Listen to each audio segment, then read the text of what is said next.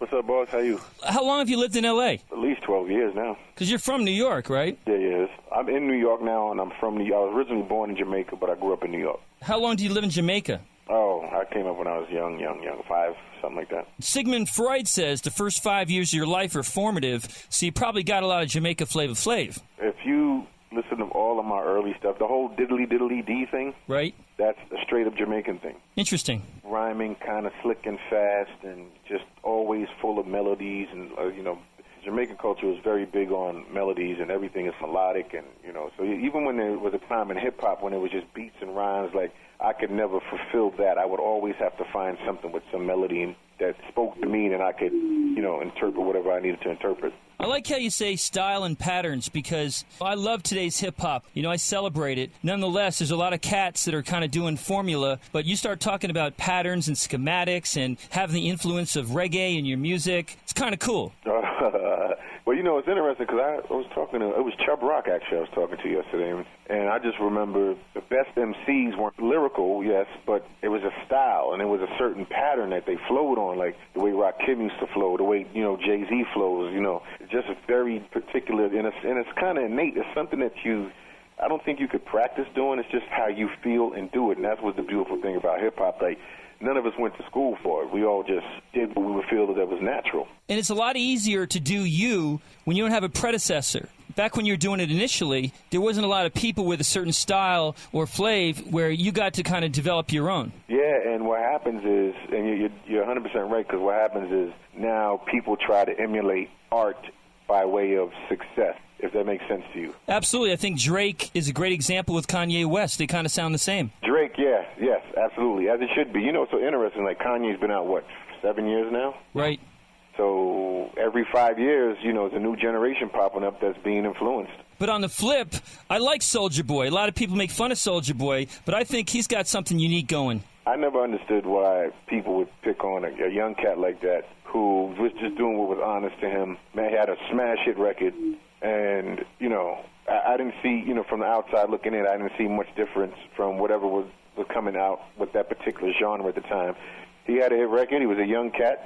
My 10-year-old nephew knew the record, and, I don't know what the beef was about. I don't know. I guess the word I hear is silly. In what way? There's a silly where it could be charming and fun, or silly where it's stupid and ignorant. Now, I would say most of the lyrics that some of these more prominent rappers say when they start talking about selling drugs and stuff like that, now that's silly because you're not really doing it. So you put an album out in 2002, right? Yeah, it's been about 10 years. Yeah, it's been a minute since you put one out. So you're putting one out, I guess, right now, right? You're going to put out, one called Uptown? I got a Grammy-nominated reggae album, though. Okay. Went back to the roots, did a reggae album called Vibes, and got a brand new single out called No Matter What. Was really excited about it. It was just something I've, really had passion for. I had done a lot of records, reggae records with other artists back in the day, like Buju Banton and Super Cat, and, and it was just time for me to find another way to express myself. And, I didn't feel like making a hip-hop album would be original enough, and nor would it be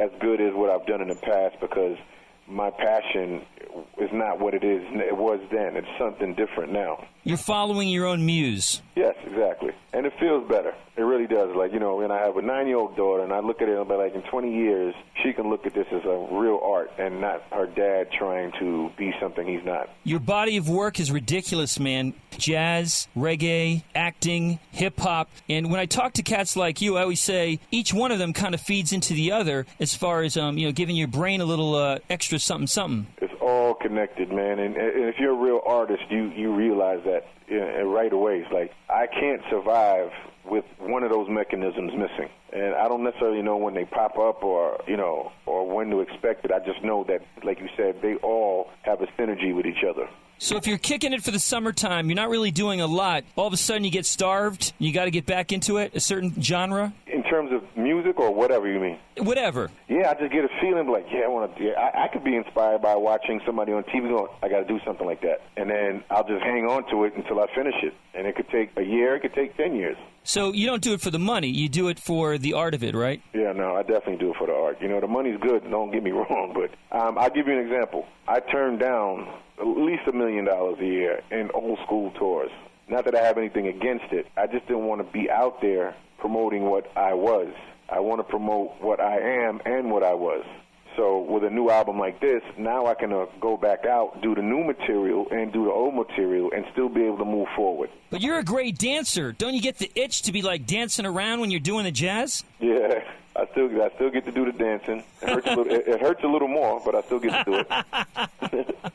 How about acting? You know, you've really done some big things, man, whether it's Another World or Boston Public, and now you're getting into the movie world. I really love the acting.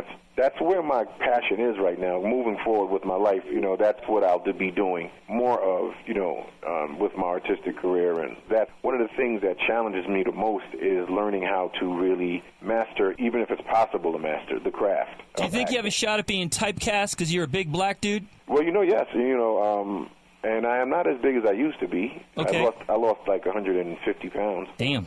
And but yes, it was because of that. That's funny you said that, because it was because I was just getting the big black guy roles. And I was like, you know what? If there are rules in every game, and if you want to open your doors up to do other things, you have to start playing by certain rules. I'm all for breaking rules. That's what the hip-hop culture is. That's what we did. We broke every rule known to man, and because we just had passion. But at the same time, there's certain rules you have to play by. If you want to be successful, you got to tour, you got to make a hit record, things like that. But with the acting, it's like I started realizing that's people couldn't see past that, especially when you already had a name, Heavy D, who was popular. So all that stuff was where you think it would work for me was working against me. I know you've been asked this a million times. It was all a dream. I used to read Word Up magazine, Salt and Pepper, Heavy D up in the limousine. Where's that inspired from, and how good did you feel when you heard it? Well, I had a personal relationship with Puff, and I think Biggie's first record was with me.